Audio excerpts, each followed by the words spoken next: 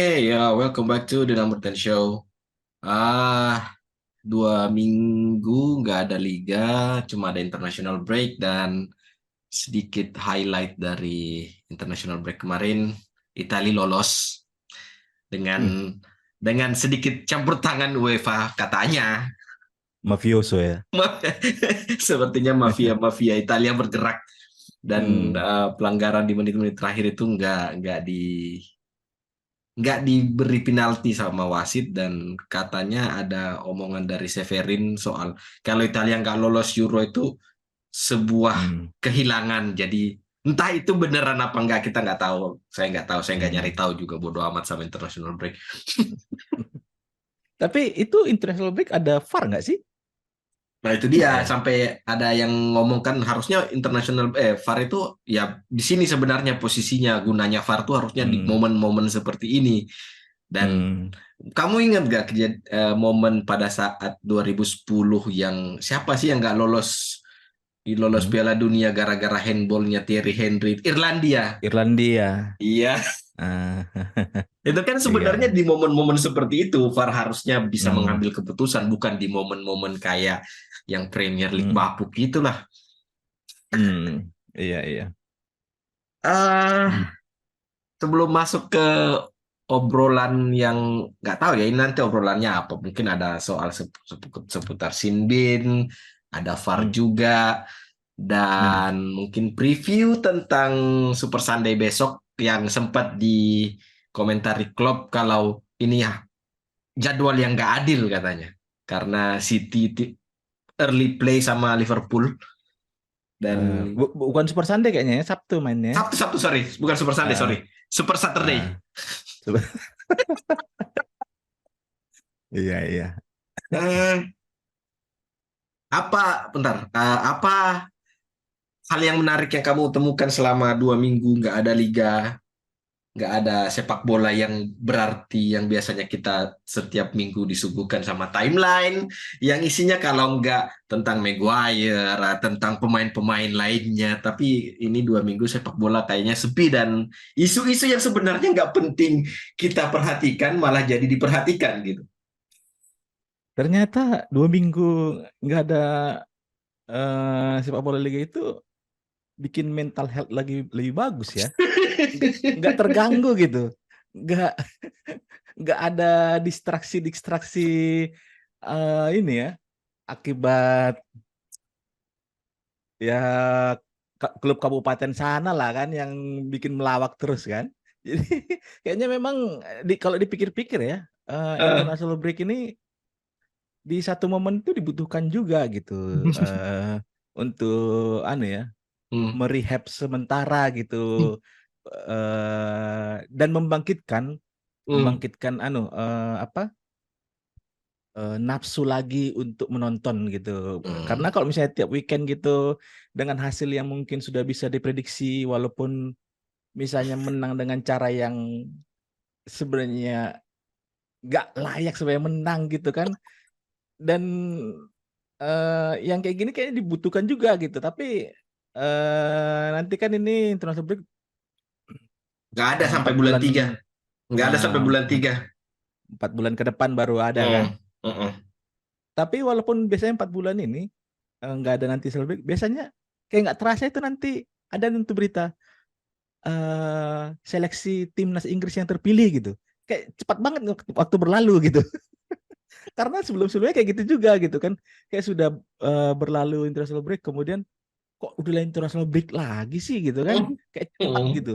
hmm. Tapi secara overall sih memang ya berita-berita seperti Maguire, eh, kemudian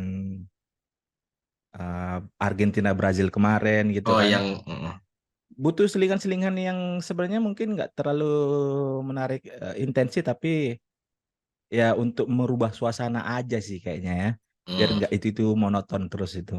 ya. Ini juga sekaligus 1 tahun loh Piala Dunia 2022. Oh, Qatar Qatar Qatar. Gak terasa 1 tahun yang tahun lalu tuh tahun depan itu Euro, Euro ya, Euro, Euro Jerman ya, Jerman. 2024. Mm-mm.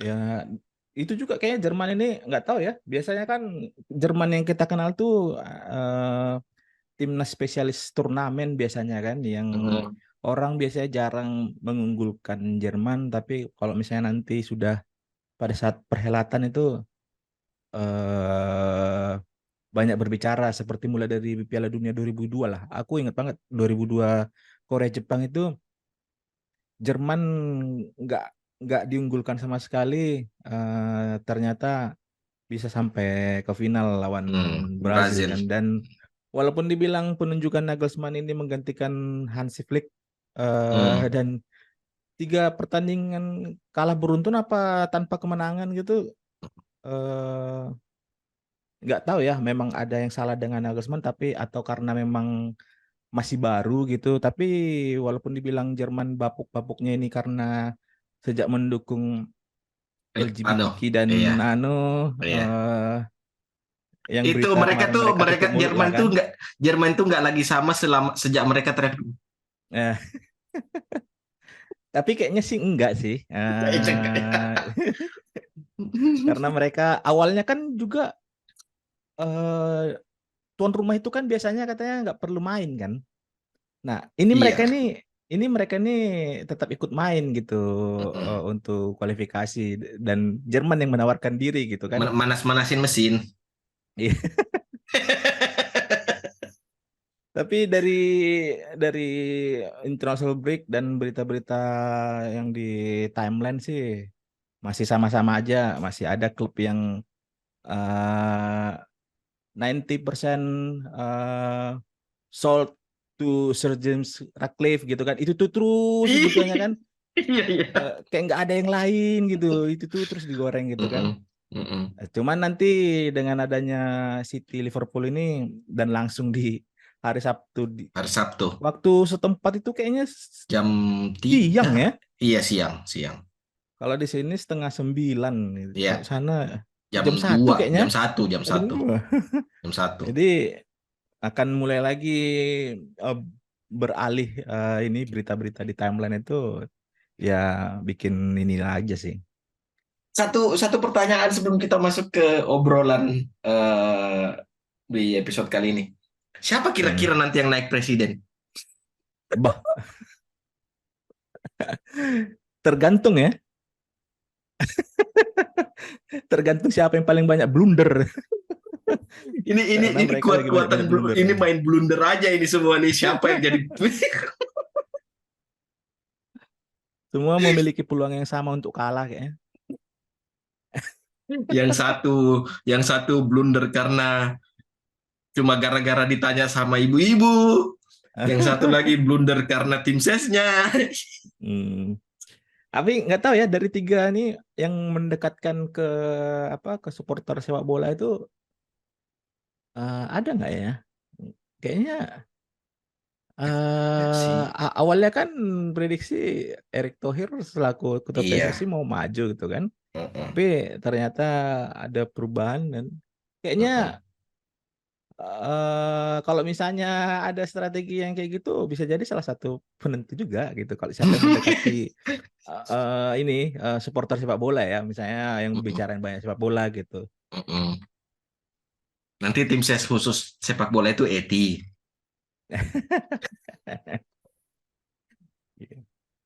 Oke, kemarin ada rumor yang katanya Hmm. IFAB atau International apa Football Association Board kalau nggak salah Hmm.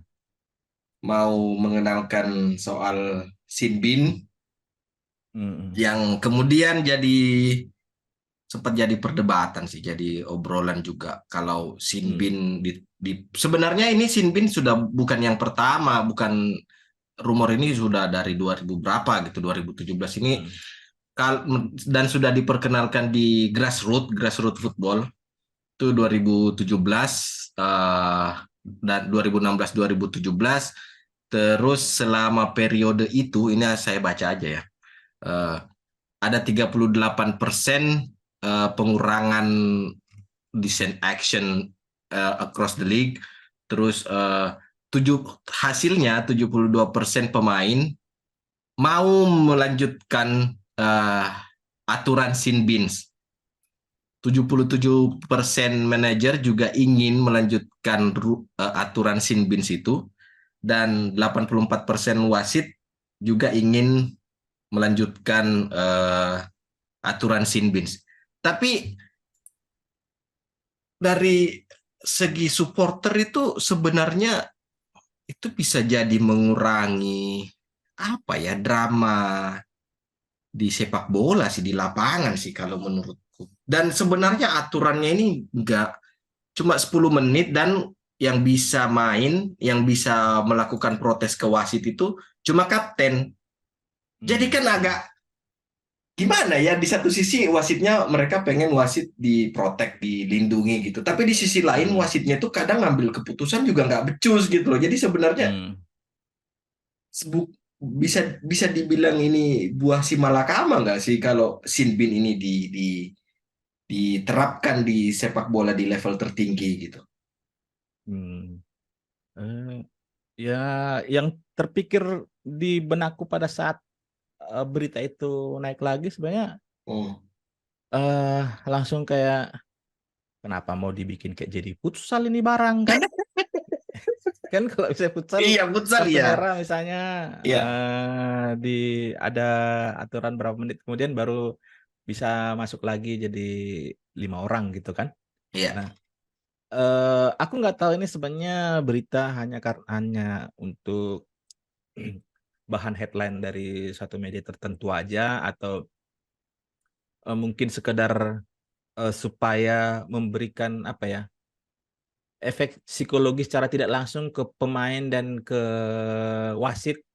Hmm. Kalau misalnya ada satu skenario yang mengancam atau misalnya seperti yang pelanggaran si yang Mitrovic ini ke wasit itu dan jadi ban 10 Oke, pertandingan kalau nggak oke, salah iya. kan. Iya, iya, iya. Jadi dalam tanda kutip kayak mau menakut-nakutin gitu loh Hmm. supaya pemain nggak terlalu agresif lagi ke wasit Wasit. gitu kan. Hmm. Nah, kalaupun misalnya diterapkan memang yang kamu bilang tadi secara garis besar mungkin bakalan jadi merubah anu ya jalannya pertandingan ya. Kenapa Hmm. bisa merubah jalannya pertandingan? Misalnya contoh lah dulu in case itu kejadian di babak pertama misalnya menit 15 di antara interval 15-30 menit gitu kan.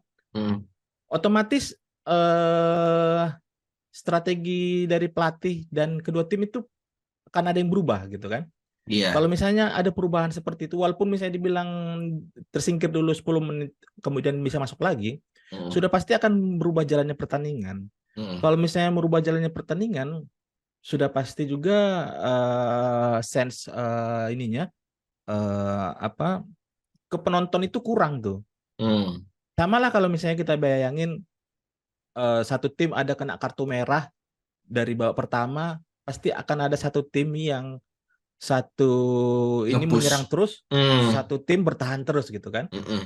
Hmm. Entertain dari sportnya itu jadi hilang gitu. Padahal penonton itu kan pengen melihat kedua tim ini kompetitif bergantian menyerang, bergantian bertahan gitu, bukan yang satu arah aja gitu kan. Hmm. Tapi kalau misalnya ini hanya intensinya untuk mengurangi agresivitas pemain ke Ke wasit, wasit, iya.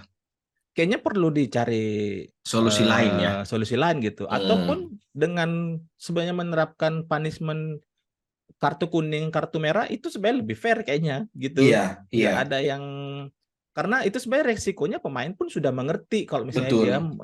agresif yang berlebihan ke wasit gitu kan. Hmm. Tapi kalau misalnya dibuatkan jeda 10 menit, mungkin plusnya ya. Kalau misalnya kartu kuning, kartu merah di babak pertama akan sampai 90 menit akan satu tim itu yang kartu merah akan bertahan terus gitu. Nah, kalau Hmm. misalnya itu diberlakukan itu hanya 10 menit aja. Itu kalau pemikiran singkatnya gitu kan. Hmm. Tapi kalau misalnya itu kejadiannya di satu pertandingan bukan cuma satu kali itu misalnya yang 10 menit menyingkir Iya, dulu tuh pemain kan. iya. Kalau 3 kali berulang-ulang lah misalnya kan. Hmm. Hmm. Jadinya kan akan merubah ini lagi apa nuansa pertandingannya gitu, nggak Iya. akan ketebak lagi gitu. Tapi Hmm. siapa tahu pada saat awal munculnya VAR juga awalnya kita kan agak pesimis ya, jadi merubah drama-drama sepak bolanya gitu. Tapi ternyata jadi ada muncul hal-hal baru lagi, walaupun masih banyak kontroversi gitu kan. Tapi mungkin bisa ditawarkan solusi yang lain gitu, bukan cuma satu aja yang dimunculin gitu. Jadi kamu ada di posisi Sin Bin ini sebenarnya nggak penting-penting amat untuk diterapkan di level tinggi sepak bola gitu. Iya, nggak terlalu kalau dibilang kalau kalimat sekarang nggak ada urgensinya lah kalau Nggak ada misalnya mau dibikin urgensinya kayak ya. gitu. Iya, Mm-mm. iya. Iya, karena memang kalau kalau cuma untuk mengintimidasi, kalau yang kata dari englandfootball.com ini kan dia ngomong Hmm. descent across descent itu kan kayak intimidasi yang tadi kamu bilang ke wasit Hmm. gitu. Kalau cuma sekadar intimidasi saja, masa iya yang tadi kamu bilang itu kan konsekuensi pemain, dan itu Iya. kartu itu sudah layak, sudah pantas banget itu untuk diberikan ke pemain. Jadi memang memang kok IFAB ini tuh ini kan organisasi yang dibentuk dari 1800 berapa gitu kan. Hmm. Tapi memang organisasi ini memang aneh, memang memang nggak jelas ini organisasi. Hmm. Itu kan UK yang memproklamirkan organisasi ini. Pertama kali dulu kan waktu kita masih kecil itu kan selebrasi lepas baju itu hal yang biasa kan. Hmm. Hmm. Wajar gitu. Orang selebrasi pakai apa tulisan gitu. Iya, iya. Kamu tahu nggak kenapa tiba-tiba selebrasi buka baju itu dilarang? Kalau nggak salah karena jadi ada eh, mengulur waktu gitu. Bukan itu gara-gara IFAB sebenarnya. Oh, Jadi jadi 1999 itu ah, Piala Dunia Women yang belum belum belum famous pada saat hmm, itu strikernya Argentina, strikernya Amerika atau gelandangnya Amerika ya, Brandi Chastain, cari hmm, aja di Google. hmm, Itu dia ngegolin, terus dia buka hmm, baju, kemudian pakai ah, anu kan, sport bra kan. Nah dari ah, situ Iva punya ide tuh. Udah kita nanti ini mengundang pornografi apa segala macam. Udah dibikinlah aturan. Jadi 2005 itu hmm, larangan tuh sudah nggak boleh buka baju pemain. Memang kok Iva ini hmm. aneh-aneh kok. Kalau misalnya pionirnya dari sepak bola wanita, sebenarnya itu bisa diberlakukan hanya untuk sepak bola wanita aja kan, Makanya sebenarnya. memang kok Iva ini aneh kok. Jadi sejak saat itulah diputuskan, dan setelah dirembuk Hmm, bareng-bareng ya, kan diputuskan nggak boleh ada buka baju, bukan selain karena mengulur waktu, tapi alasan utamanya karena itu, karena hmm, eh, selebrasinya Brandi Chastain di 99, dan itu kemudian jadi salah satu momen ikonik dalam sepak bola selama hmm, 1 abad terakhir kalau nggak salah. iya. Dan sebenarnya walaupun misalnya dibilang eh, dengan adanya rencana aturan itu kemudian dibilang hanya kapten yang boleh eh, Protes. berbicara secara langsung dengan wasit, Mm-mm. eh, sebenarnya kan apa yang itu pun sudah berjalan sebenarnya, bukan yang selama ini kapten itu nggak pernah melindungi wasit kan kan lazim kita lihat kalau misalnya wasit dikerubungin kapten itu biasanya langsung Aktifnya yang ini. memisahkan teman-temannya Betul. gitu kan, Iya. dan itu sebenarnya udah jalan gitu. Tapi kalau misalnya sebelum itu hal itu nggak berjalan, kemudian muncul wacana ini, fair-fair aja sebenarnya gitu. Tapi ya itu lagi pertanyaan, apa nggak tahu kita apa urgensinya isu ini muncul lagi, apakah karena mulai banyaknya kontroversi yang ditimbulkan oleh wasit di lapangan Hmm. sehingga supaya tidak ada tekanan kepada wasit pada saat mengambil keputusan gitu. Padahal Mm-mm. sebenarnya kalau kita lihat sebesar apapun misalnya protes di lapangan, tetap aja malah sekarang ada muncul subjektif Ya, subjektif offside. offside gitu kan. Jadi iya, agak lucu juga gitu. Kalau misalnya, kayaknya sih ada kayak niatan supaya mau melindungi wasit ini, bisa jadi ya wasit itu pada saat dipanggil interogasi nih kan, Hmm. atas keputusan yang salah. Kemudian dia memberikan Mm-mm. keterangan karena ada pressure dari pemain di Pemain. lapangan sehingga dia Mm-mm. terdistraksi dan mengambil keputusan yang salah. Bisa jadi misalnya gitu kan, Hmm. untuk mencari pembenaran dirinya gitu. Tapi kalau misalnya ini diterapkan langsung, kemungkinan besar seperti yang diuji coba kayak apa yang diuji coba di penerapan offset ya, Offset yang offset di 3 negara itu, offsetnya 3 liga. si Wenger kan, Wenger ya, yang full body offset itu. Jadi kayaknya ya. kemungkinan yang ini juga bisa dilakukan juga, nggak salah kalau misalnya mau dicoba, tapi di liga-liga sepak bola gajah aja kayaknya yang mau dilakukan itu gitu. Liga Kan sepak kita nggak bola tahu. gajah. Iya. Kalau di sini di keterangannya tuh Hmm, sanksi disiplin yang diberikan. Jadi kalau misalnya dalam satu pertandingan pemain itu dapat 2 kali sin bins, hmm. itu dia bisa diganti. Kan rancu banget aturannya. Ya ngapain sebenarnya kan? Kan kalau misalnya memang ini kan spesifik sebenarnya kalau misalnya dia protes ke wasit kan selain kapten Iya. gitu.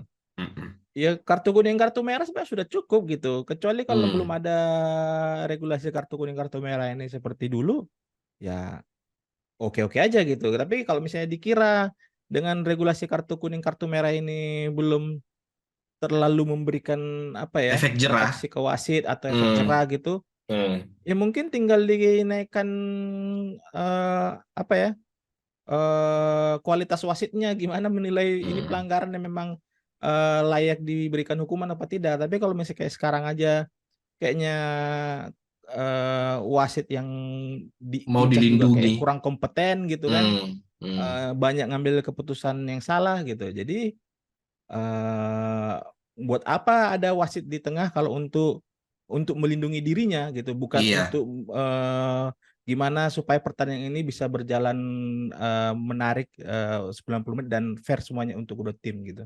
Mm-mm. Karena sebenarnya pun kalau misalnya tanpa Sinbin ya, itu kan ada tuh Hmm, yang namanya code of conduct di masing-masing hmm, klub.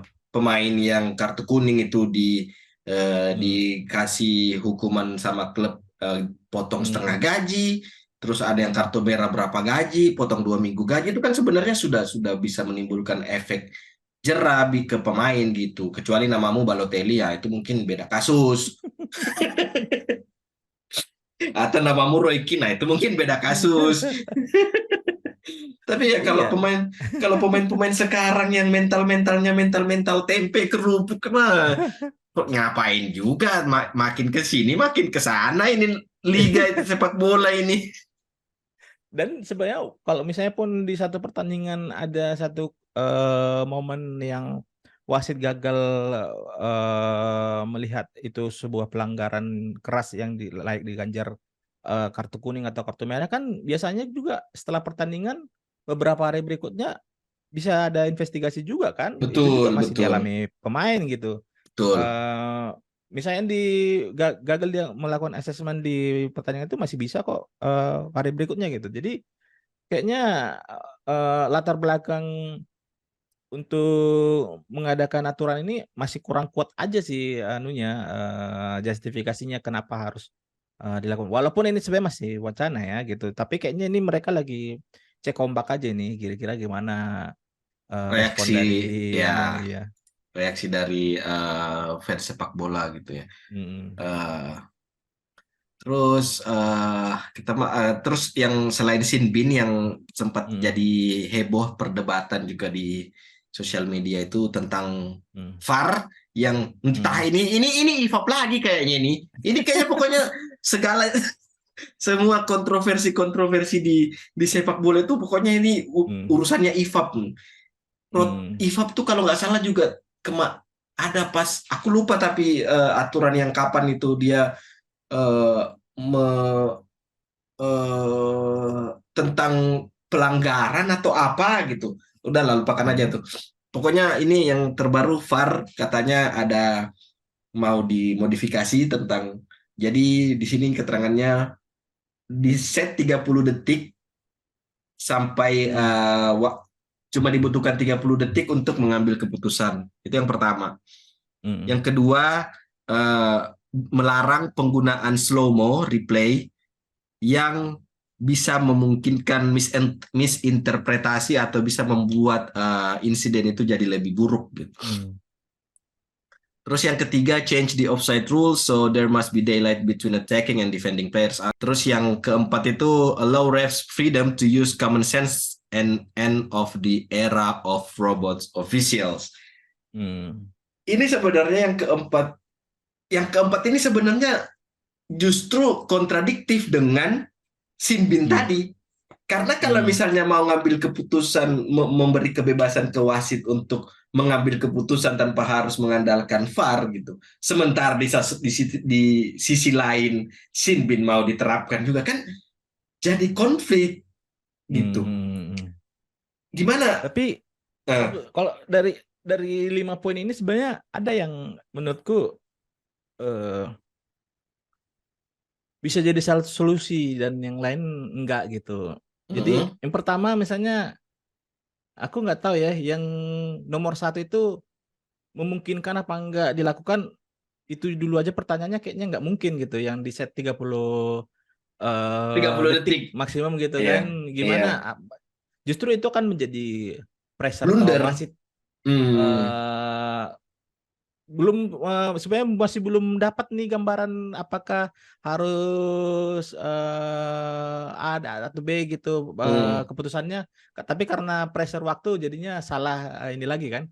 Tapi yang kedua itu bisa itu bisa kayaknya gitu, dan karena memang ada beberapa momen yang kalau misalnya dibuatkan replay slow-mo-nya sebenarnya hanya sedikit sentuhan antar pemain misalnya di kotak penalti, itu jadi berubah tuh pada saat kalau misalnya aktual real time-nya di lapangan gitu kan. Ya seperti gampangnya kalau misalnya kayak dulu, kalau kita masih ingat lah zaman-zamannya Ashley Young gitu, yang kayaknya dulu dia sempat beberapa tahun penyelam jadi handal itu. ini kan. Iya. Dianggap sebagai kayak raja diving gitu kan.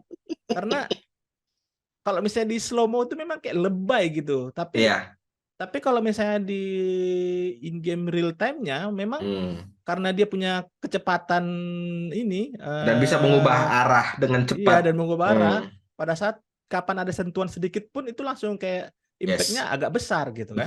Betul. Jadi yang poin nomor 2 ini kayaknya bisa dilakukan, cuman itu lagi kembali lagi ke kapasitas wasitnya gitu. Kalau aku lihat wasit yang sekarang kita kurang kompeten gitu pada saat ngambil keputusan gitu. Jadi nomor 2 ini kayaknya bisa jadi solusi, karena supaya fair nih ke semua tim. Ada satu momen punya pemain yang memang punya gocek-gocekan kayak gitu, kalau di slow mo beda dia pada saat di in game real time-nya gitu. Kemudian yang ketiga, yang kelima, yang independent dia group ya. Tapi spesifiknya ex player itu. Kalau misalnya ex player nih diambil misalnya jadi bagian dari yang mengoperate teknologi itu, justru nanti bias aku lihat lagi. subjektivitasnya akan sangat tinggi gitu kan. Walaupun misalnya dibilangnya itu ex player adalah sosok profesional, tapi nggak bisa dilepaskan dia pernah membela satu tim gitu, dan yang mungkin bisa berafiliasi dari emosionalnya atas dia kejadian masa lalu mendukung klub mana gitu kan. Jadi kayaknya kalau nomor 5 itu ini kita mau menghilangkan, dengan adanya teknologi ini supaya menghilangkan subjektivitas, ini justru malah menghadirkan subjektivitas nih kan. Kan supaya misalnya supaya sama-sama fair, tapi yaitu nomor 5 ini aku sih nggak terlalu kayaknya sepakat. Justru aneh aja gitu kan. Sedangkan kayak wasit sekarang aja di zamannya mulai dari Howard Webb lah. Biasanya tuh kalau ada wasit-wasit sekarang, dia kan ini kayaknya fansnya MU nih. Ini fansnya Newcastle nih gitu kan. Yang kayak gitu-gitu aja sebenarnya, walaupun kita nggak tahu kebenarannya sebenarnya, tapi itu kan bisa mengganggu opini publik gitu misalnya kan. Jadi pada saat satu wasit salah mengambil keputusan, itu akan dihubung-hubungkan tuh. Nah, gimana kalau misalnya mantan pemain Akbon Lahore lah, sekarang lagi mukanya muncul terus karena memang ngomong Cina jidat kan, misalnya dia nanti jadi bahaya juga ini bapak kan. kecuali tapi tetap aja sih nggak menghilangkan subjektivitasnya. ex-player ini misalnya dia ada license lagi misalnya supaya bisa Oh mengikuti iya, bagian-bagian dari ini gitu betul. kan. Mm. Bukan hanya misalnya mengundang Rio Ferdinand gitu kan. Mm. Bayangin Bill aja yang Dennis gitu. bayangin aja misalnya FA menunjuk independent group seperti Hmm. ex-players gitu kan, seperti Micha Richard Hmm. misalnya. Nah, Apa yang mau dibikinnya sama si kawan itu coba? ya yang paling benar sih kalau misalnya mau meningkatkan kualitas dari VAR ini, ya harus mulai bisa berkaca dari ini sih, tenis ya, yang Semi lebih yang bird eye otomatis ya. itu. Iya ya. Iya, jadi di situ kayaknya lebih apa ya, akurasi dari replaynya itu eh, tidak diragukan dan wasit pun jadinya pada saat mengambil keputusan nggak ragu lagi gitu. Jadi VAR ini masih masih banyak sebenarnya hal yang bisa dilakukan mulai yang paling dasar lah dari kompetensi orang yang duduk di VAR room dengan wasit di lapangan yang in charge sih. Iya, daripada mereka menunjuk independent group, ex-players, ex-manager Mm, yang mengoperasikan VAR, mm, mending itu yang di VAR itu ya memang khusus dan nggak bukan mm, ofisial gitu, bukan bukan mm, wasit yang bisa memimpin pertandingan karena lagi-lagi mm, bakalan tetap subjektif gitu. Ya mm. kalau biasanya bisa cari pihak ketiga, ya cari pihak ketiga aja. Itu kayaknya yang lebih masuk akal dibandingkan memanggil ex players. Kecuali mungkin seperti yang Mm. kamu bilang tadi ada lisensinya gitu. Memimpin pertandingan Chelsea City Chelsea kalau nggak salah Chelsea City, tuh. Chelsea City, Chelsea Eh, City. Hmm. dan di situ kayaknya malah apa ya, trust trust dari eh, pecinta sepak bola itu jadi kayak berkurang gitu. Hmm. Gimana sebenarnya menilai satu wasit ini apakah masih kompeten apa tidak gitu. Jadi kalau misalnya tadi kita bahas Sinbin ya, yang pantas dikasih Sinbin sebenarnya wasit. Iya, jadi Iya kan? kalau misalnya ada satu momen yang wasit salah mengambil keputusan, ya wasit itu bukan tunggu selesai dulu pertandingan baru Iya, direview misalnya kan. iya, wasitnya yang Jadi diganti. langsung lah gitu kan. Jadi Iya. eh, ya harusnya dari asosiasi wasitnya yang harusnya lebih melihat gimana memang wasit-wasit yang sekarang ini apakah Hmm. kompeten apa tidak. Tapi kayaknya kasus kasus inkompetennya wasit ini kayaknya Hmm. memang bapuk banget tuh di Inggris gitu. Karena kalau misalnya aku beberapa kali nonton La Liga gitu, Hmm. eh, dan Serie A itu nggak segoblok Premier League sebenarnya. Bahkan kalaupun misalnya kita cari-cari artikel yang membahas tentang eh, keputusan wasit di liga-liga lain gitu, nggak ada yang sebabuk Hmm. Premier League. Jadi ini memang kayaknya ada antara konspirasi atau apa ya? Itu karena sejak si apa namanya, si mantan wasit yang di Sky Sport, Anu, Mike eh, Dean. bukan Paul Oh, si Dermot McGallagher. Dermot. McDermott kan Ya, brother Dermot kan. Gallagher. Hahaha. Ah, dan dan sejak dia misalnya pada saat review pertandingan Parif, ya. atas satu keputusan gitu kan, Hmm, dia dimintakan pendapat mm-mm. selalu yang misalnya gimana melindungi teman-temannya ini kan, Iya, nggak yang memang eh, dia objektif. objektif juga untuk Iya, menilai dan iya. Hmm, sebenarnya walaupun dia objektif nggak ada gunanya gitu karena tidak akan merubah hasil keputusan yang sudah salah diambil sudah di lewat. pertandingan gitu Iya, kan. iya. Nah, kita nggak tahu di Liga Italia atau Liga Spanyol ada juga yang kayak gitu yang satu mantan wasit memberikan penilaian ini benar apa tidak karena jadi ujung-ujungnya itu akan bikin opini publik ini kan jadi makin beragam gitu. Kalau Iya. misalnya mantan wasit itu membenarkan apa yang salah diambil dan sebaliknya nggak ada benarnya itu mantan wasit dibikin situ gitu. Mm-mm. Sama kayak, Apalagi dengan sekarang Bein Sport dia sudah kayak terang-terangan iya, punya teknologi iya, sendiri iya, gitu iya, iya, kan. iya, iya, iya, iya. apa Ah, nggak malu gitu ah, kan ah. Premier League gitu kan. Mm-mm. Jadi ya harusnya sih kalau misalnya melakukan perubahan dari wasitnya sih, bukan jadi membuat peraturan baru yang membatasi pemain ini nggak boleh terlalu agresif ke Mm-mm. wasit gitu. Sama kayak aku ingat masih di musim ini kok Mike Dean kalau nggak salah yang ditanya Hmm, soal keputusannya eh, eh, dia masih musim lalu kalau nggak salah pertandingan musim lalu terus ada satu keputusan yang hmm, sebenarnya VAR itu salah ngambil keputusan hmm, tapi sama Mike Dean diabaikan kayaknya Mike Dean hmm, deh hmm, sama Mike Dean diabaikan dan tetap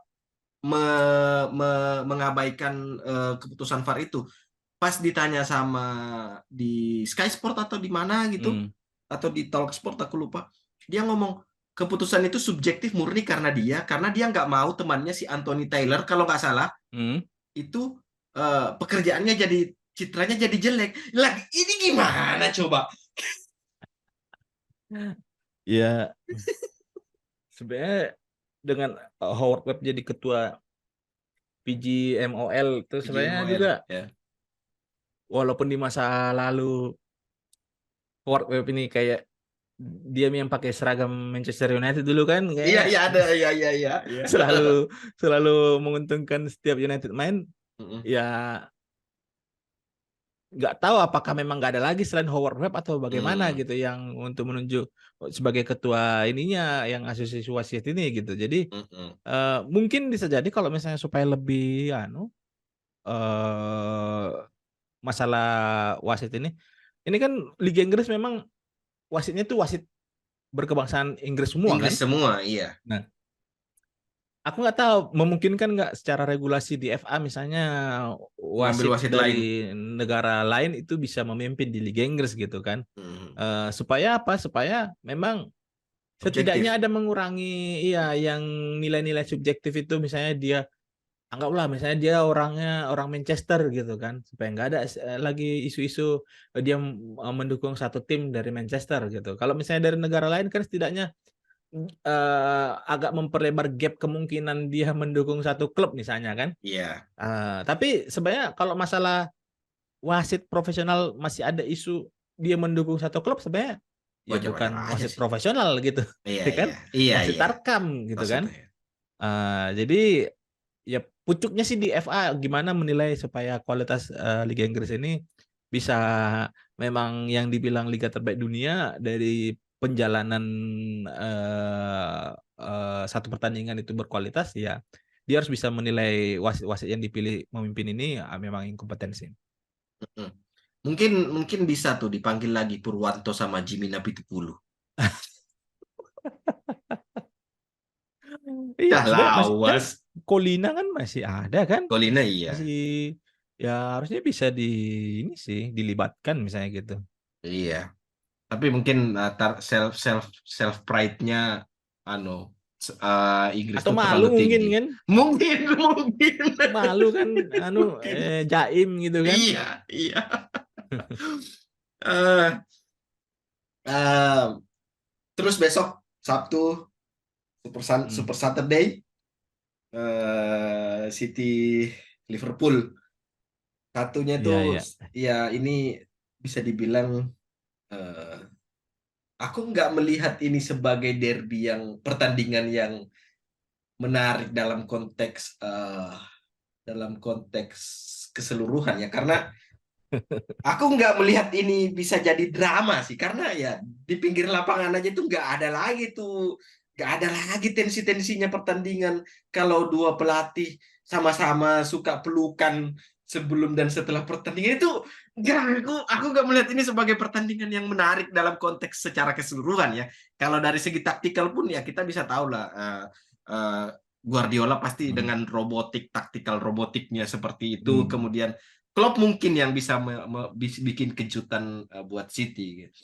Hmm. Uh, terus ya ini juga pertandingan uh, di mana satu klub masih tetap bisa senyum meskipun kena ada 115 pelanggaran tapi entah kenapa yang Hmm. kena hukuman 10 poin itu Everton gitu.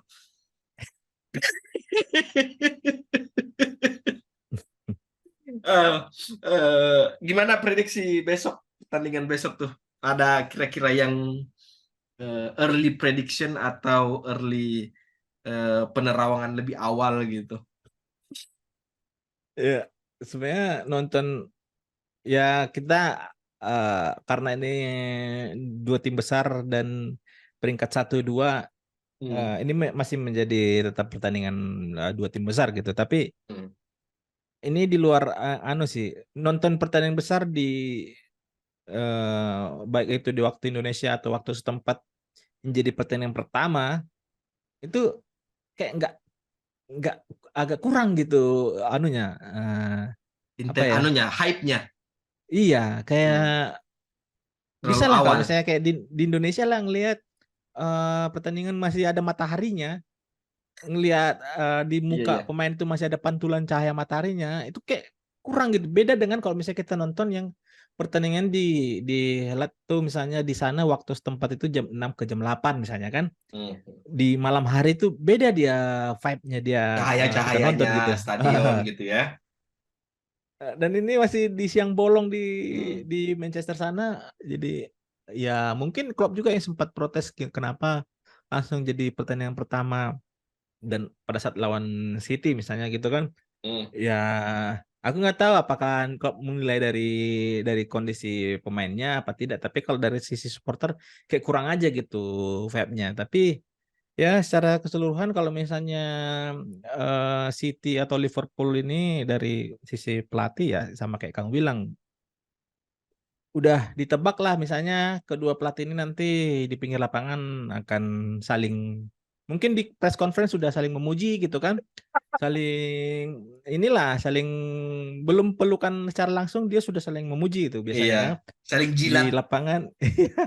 Di pinggir lapangan akan pelukan dan dengan gaya Klopp yang mungkin langsung akan berbisik-bisik di telinga Klopp gitu kan, Hmm. Pep.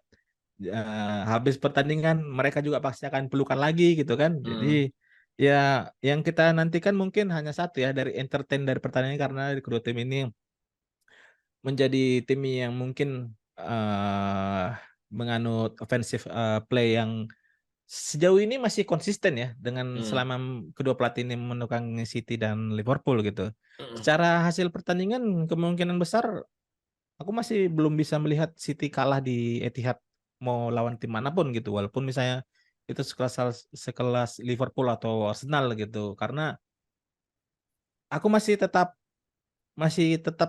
kekeh dengan posisi jangan pernah menganggap tim yang dilatih oleh Pep itu kalah gitu. Karena akan gimana ya? Kecuali kalau lawan tim yang dilatih yang pragmatis lah.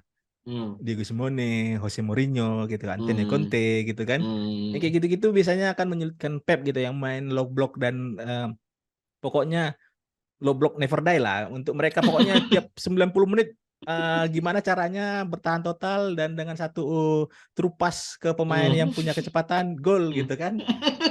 Nah, City Liverpool secara persaingan di papan atas akan menguntungkan ya tim-tim di bawahnya ya Arsenal, Spurs dan tidak ini juga United mungkin bisa diuntungkan juga dari hasil ini dan sebenarnya yang paling apa ya aku harapkan dari pertandingan ini eh, harus ada yang menang gitu supaya yang kalah ini bisa memberikan apa ya tim yang di bawahnya itu punya waktu untuk mengejar gitu kan. Kalau misalnya Hmm. imbang Sama aja. sama aja karena kalau Hmm. misalnya eh, di pertandingan ini ada yang kalah belum tentu misalnya di pertandingan berikutnya dari dua tim ini ada yang bisa kalah Betul, betul, betul, betul. ya kan Ya, jadi ya, ya, harus ada ya. yang kalah nih harus saling mengalahkan nih kan karena Ya. itu bisa menguntungkan tim yang di bawahnya gitu tapi secara keseluruhan sih si tim masih akan kayaknya meraih kemenangan sih di Etihad. Ah, Gimana kamu melihat performa Jeremy Doku di Man City? Karena kita kalau misalnya ada Hmm, yang ngikutin pot kita dari tahun lalu atau dari tahun lalu bener. Kita iya. sempat bahas Jeremy Doku meskipun sekilas tentang Hmm, pada saat sebelum Piala Dunia ya kalau nggak salah ya preview Piala Dunia ya. iya. Iya. Dan di situ kita menyebut nama Jeremy Doku, Midian menyebut nama Jeremy Doku dan Xavi Simons kalau nggak salah pada saat itu. Iya. Nanti kita sematkan videonya Hmm. di card di atas. Jeremy Doku di sebelah kiri, di sebelah kanan dia bisa Hmm. gerakan tambahannya terlalu banyak memang, tapi bagus gitu dan itu hal yang aneh, bukan hal yang aneh, sorry. Itu hal yang langka di era sepak bola sekarang yang akhirnya Hmm. kemudian memunculkan satu opini bahwa Hmm. di musim depan jika Jeremy Doku Hmm. masih tetap di Manchester City tanpa cedera gitu, di musim depan bisa dipastikan skill-skill nggak masuk akalnya itu bisa berkurang drastis Hmm. dan itu Hmm. akan menghambat pertumbuhannya dia sebagai pemain besar karena Pep Hmm. Guardiola kita tahu robotik terlalu Hmm. pakemnya ya, bukan bukan soal kemampuan individu dan lebih mengutamakan gimana positional play dan itu akan Hmm. membatasi pergerakan Jeremy Doku sebagai skillful winger gitu. Nah, dan Hmm. ini kemudian juga diamini sama Ancelotti beberapa bulan sebelumnya soal dia mengaku kalau dia lebih memberi kebebasan ke pemain untuk melakukan apa yang mereka bisa sesuai dengan skillnya Hmm. mereka gitu. Dan melabeli dirinya sebagai old coach gitu. Hmm. Dan ini juga kemudian akhirnya masih sejalan dengan apa yang kemungkinan bisa jadi Jeremy Doku di musim-musim berikutnya kalau dia tetap di Manchester City Hmm. akan bisa jadi ya kita nggak akan melihat Jeremy Doku yang seperti itu gitu. Hmm. Dari Jeremy Doku ini sebenarnya yang aku lihat ya, eh, ya lagi-lagi sebenarnya dibandingkan dengan pembelian tim lain dan khususnya United. eh aku nggak tahu ini memang faktor dari Jeremy Dokunya atau dari Pepnya ya. Dia ini baru dibeli dan langsung tune in itu jarang-jarang kita lihat sekarang gitu. Hmm, Biasanya satu pemain mau harga berapapun tuh misalnya nilainya, biasanya masih butuh waktu untuk beradaptasi di klub barunya di liga baru gitu kan. oke. Apa yang dilakukan Jeremy Doku di City ini ya kayak yang anunya langsung instant impact-nya itu langsung terasa gitu kan. Walaupun Hmm, misalnya eh masih tetap misalnya didominasi oleh dengan nama Rodri yang jadi roh dari permainan City, tapi di momen-momen tertentu Jeremy Doku itu langsung memberikan threat-threat yang bikin back-back lawan itu kelimpungan dari sisi sayap kan. Hal hmm, ini sebenarnya sejak kepergiannya Raheem Sterling itu gaya permainan Pep ini nggak ada mengandalkan satu pemain winger yang melakukan threat yang skillful kayak Jeremy Doku ini. hmm, Apa yang dilakukan Riyad Mahrez sebenarnya dia lebih ke yang gimana cara mendeliver umpan lambung hmm. ke kotak penalti atau cut inside biasanya. Betul, Itu aja betul, dia ininya betul. skillful setnya si Riyad Mahrez kan. Hmm, Sedangkan Jeremy Doku itu dia yang memang eh running behind the center back yang eksplosif kan, hmm. yang dengan gerakan 1-2 yang tiba-tiba berubah arah Berubah gitu arah, iya. dan memang yang tipikal pemain yang kayak sekarang ini untuk di beberapa tahun terakhir ini memang udah nggak ada yang kayak gitu-gitu. Yang terakhir yang Hmm. kita kenal mungkin kayaknya cuman Eden Raheem Hazard Sterling. Itu pun Raheem ataupun Sterling Eden pun bukan Hazard. yang iya Eden ataupun Hazard Eden sih kalau Hazard gitu. iya. Itu pun kayaknya Eden Hazard bukan yang kayak tipikalnya Jeremy Doku. Eden Bukan, Hazard itu bukan. memang penetrasi yang Yes, yes. eh dia lebih vertikal dia. Ah, Jeremy Doku itu zigzag dia kan. iya, iya, iya. Agak disulit ditebak gitu. Iya. Dan dan itu bisa dilakukan di momen di dekat kotak penalti yang Mm, mm, back mm, lawan banyak menumpuk dan dia tidak ragu untuk mm, melakukan pergerakan seperti itu gitu. mm, Jadi memang eh, bisa jadi memang ini salah satu juga apa ya keunggulan dari Pep dan scoutingnya yang bisa mencari satu pemain yang bisa langsung merubah gaya permainannya tapi masih tetap sejalan dengan cara permainan klub itu. Karena mm. ada di satu sisi misalnya nih United lah beli satu pemain yang Anthony lah, berbeda nggak usah tuh. aneh-aneh, Anthony lah. Ah, Gitu. ah, eh, yang dia memberikan perbedaan, tapi efeknya lain gitu. Hmm, Narasinya jadinya ini kan karena dia gayanya beda, jadi hmm. hasil tim itu beda gitu. Jadi Iya, nggak iya, memberikan iya, hasil gitu. iya, iya. Ini jadinya memberikan opsi lain, dan lawannya itu jadi berpikir yang lain lagi. Karena sebelumnya kalau misalnya KDB yang main kan, KDB itu kan biasanya hanya di half space dia masuk gitu kan, Betul, atau betul. di final third gitu, melakukan terobosan Hmm, dengan satu pace kencang kemudian umpan lambung ke kotak penalti. Kalau hmm, Jeremy Doku dia bisa mengeksekusi sendiri, bisa cutback juga ke kotak hmm, penalti gitu kan. hmm, Dan ya inilah salah satu keunggulannya Pep Guardiola yang bisa melihat satu pemain, dia nggak, dan proses transfernya juga nggak yang drama-drama ya. berkepanjangan kan, Hmm. dan langsung bisa dieksekusi Sat, gitu, sat, bukan sat, nggak sat. di media nggak ada gitu kan. Iya, Jadi iya. adanya Jeremy Doku di City ini, kalau misalnya ada satu pemain yang melempem, ada satu opsi pemain yang dengan gaya berbeda gitu, di khususnya di Liga Inggris ya. Sterling, Hmm. aku ngeliat awalnya aku ngeliat dia ini sudah umur 30-an, ternyata masih belum loh, 28 gitu, 20, masih 28 28, 28 iya. tahun kan. Iya. Dan sebenarnya masih punya potensi sama kayak yang dulu, belum belum hilang-hilang banget sebenarnya. Cuman Hmm. karena salah aja dia ke Chelsea. Kenapa dia ke Chelsea gitu? Tapi Lagi kemarin bapuk lawan aja Chelsea. lawan City bagus dia. Iya, di satu momen aja gitu kan. Iya, satu pemain besar itu kan bukan kayak gitu, parameternya harus di semua pertandingan gitu. Bukan yang di kalau misalnya di satu momen kayak Morten Gams Pedersen juga pada saat lawan United selalu jago dia itu di Blackburn Rovers gitu kan. Kalau kalau ada yang nggak tahu Morten Gams Pedersen berarti kalian terlalu muda.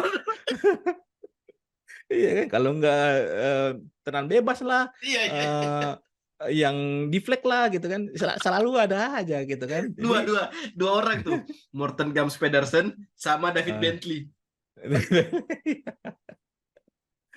jadi ya itulah salah satu yang apa ya, keahlian Pep. Sebenarnya nggak perlu pengalaman yang untuk melihat pattern yang kayak gitu gitu, Hmm, untuk mengambil pemain dari Liga Prancis, dari Rennes gitu kan, hmm, harga 50 juta sekian, dan langsung deal dan langsung dipakai gitu. Kalau Ten Hag biasanya selalu ada alasan, entah pemain ini habis cedera atau pemain hmm. ini belum ikut latihan pramusim dengan klubnya sehingga dipinggirkan dulu gitu kan.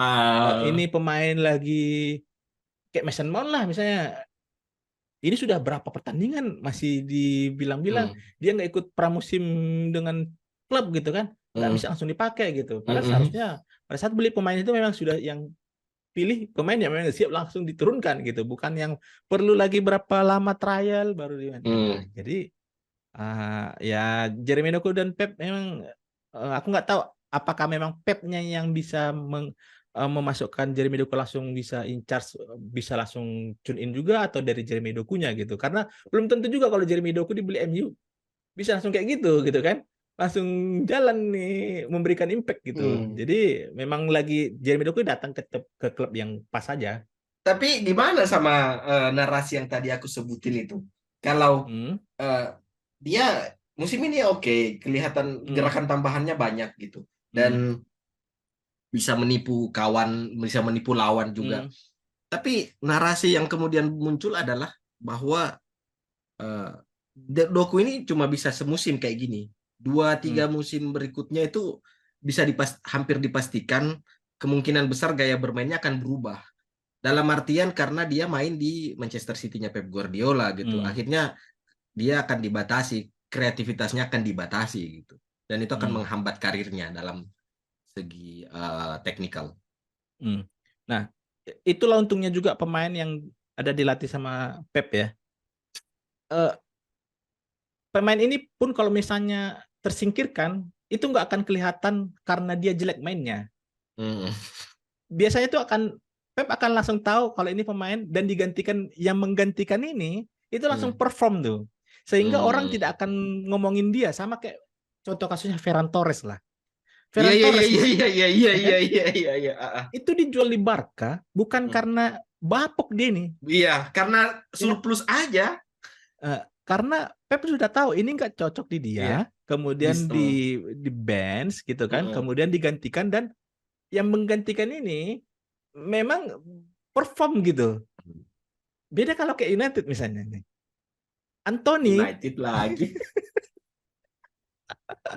Anthony ini di bench kan, Iya, Rashford digeser ke kanan, Iya, Garnacho di kiri, iya, nggak ada yang berubah gitu kan. iya, iya. Sehingga yang diomongin apa?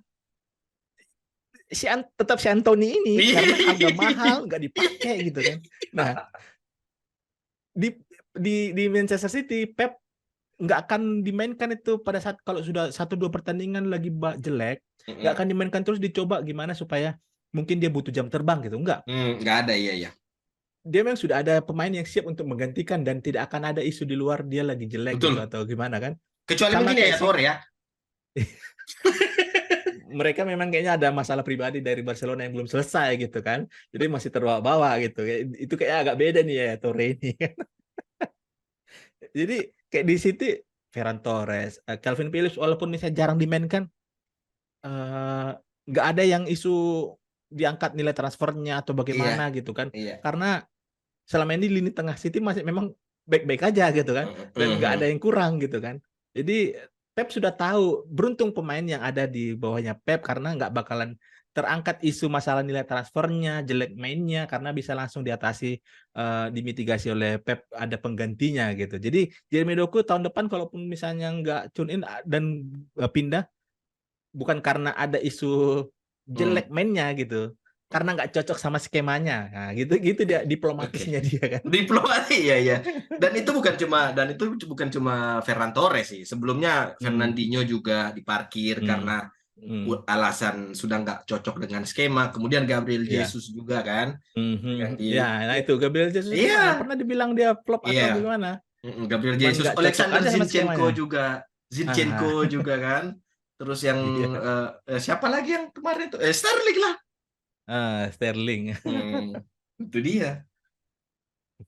Satu eh, pertanyaan lagi deh. Hmm, Kira-kira kalau Anthony pindah ke Manchester City dilatih Pep Guardiola jadi jago nggak dia?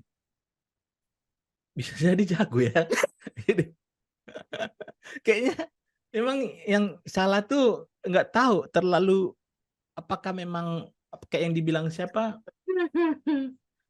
tentang Ancelotti itu yang atau Siapa dia sendiri Vigis yang ngomongnya. yang Rodrigo?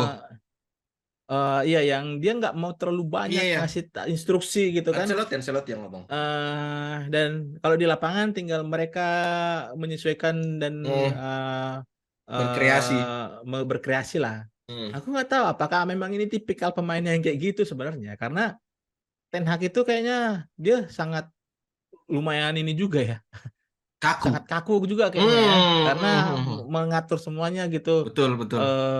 yang dilakukan. Karena bisa jadi pada saat di Ajax itu bisa dijalankan karena memang culture di klub itu adalah pemain muda yang memang masih bisa diarahkan gitu, bukan Iya, yang sudah bebas. merasa punya nama dan bisa memberikan impact ke pertandingan gitu. Jadi kayaknya bisa jadi Anton ini bukan tipikal pemain yang untuk saat ini ya, yang Hmm. bisa dikekang dengan kamu harus ke kanan, nanti kamu harus berhenti di situ, kamu harus mutar-mutar di situ. Kamu kalau misalnya nanti tendang langsung ke gawang gitu. Kayaknya bisa jadi. Jadi kalau misalnya dia di City atau misalnya di tim lain bisa jadi masalah anu ya, bisa Hmm. tune in ya. Oke, oke. Iya.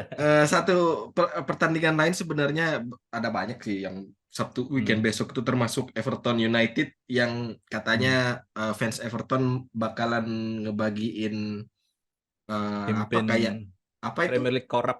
Iya, Premier League korup dan bahkan fans United juga disarankan untuk mengambil itu sebagai bentuk protes kepada Premier League dan lagi-lagi ini tentang 115 pelanggaran yang entah kenapa City masih bisa melenggang begitu saja gitu. Iya, iya. Apakah kita Ngomong-ngomong perlu sebelum membahas sebelum tentang Ang sebelum kamu Postecoglou? closing, Apakah apa? kita perlu membahas tentang Aing Postecoglou? Kayaknya nunggu nunggu beberapa pertandingan lagi supaya genap nih, strike loss-nya ini kan sudah 2 kali kalah Dua beruntun kali. ini kan. Ya, baru kita angkat lagi. Di episode berikutnya bisa kita bahas. Oke.